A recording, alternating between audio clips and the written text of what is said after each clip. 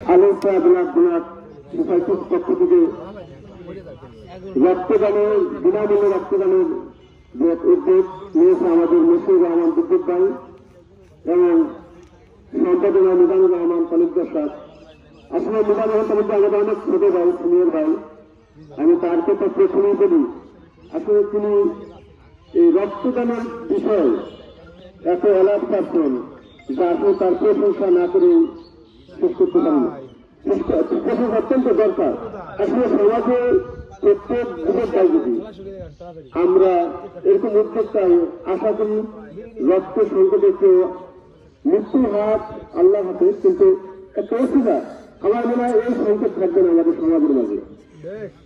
যদিও আমরা মনে করি যে এই ছেলেটি রক্ত দানের জন্য এত দৌড় করে এর লাভ কি, আসলে এর লাভ, এর সফলতা এটা দুনিয়াতেও যেমন পরকালেও তেমন।